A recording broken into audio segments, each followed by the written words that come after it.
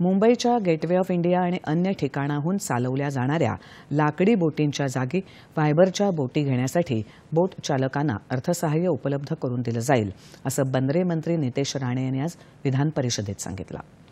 बँका आणि संबंधितांशी चर्चा करून या फायबरच्या बोटी उपलब्ध करून देण्यासाठी अत्यंत कमी व्याजदरात निधी उपलब्ध करून देण्याचा प्रयत्न आहे, असं ते म्हणाले.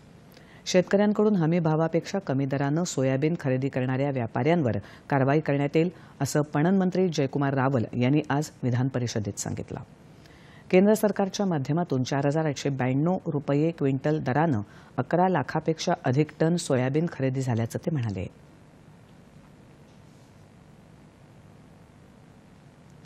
नद्यांमधलं प्रदूषण कमी करण्याच्या दृष्टीनं ठोस उपाययोजना करण्यासाठी कृती दलाची स्थापना करण्यात येईल, असं पर्यावरण मंत्री पंकजा मुंडे यांनी विधान परिषदेत सांगितलं.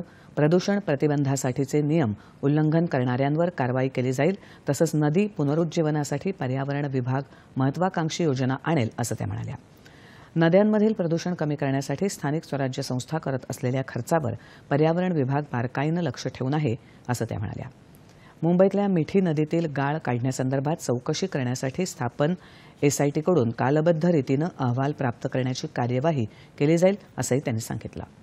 त्याआधी काँग्रेस प्रदेशाध्यक्ष हर्षवर्धन सपकाळ यांनी मुख्यमंत्री देवेंद्र फडणवीस यांची क्रूर औरंगजेबाशी तुलना करत आक्षेपार्ह वक्तव्य केल्याचे पडसाद आज विधान परिषदेत उमटले.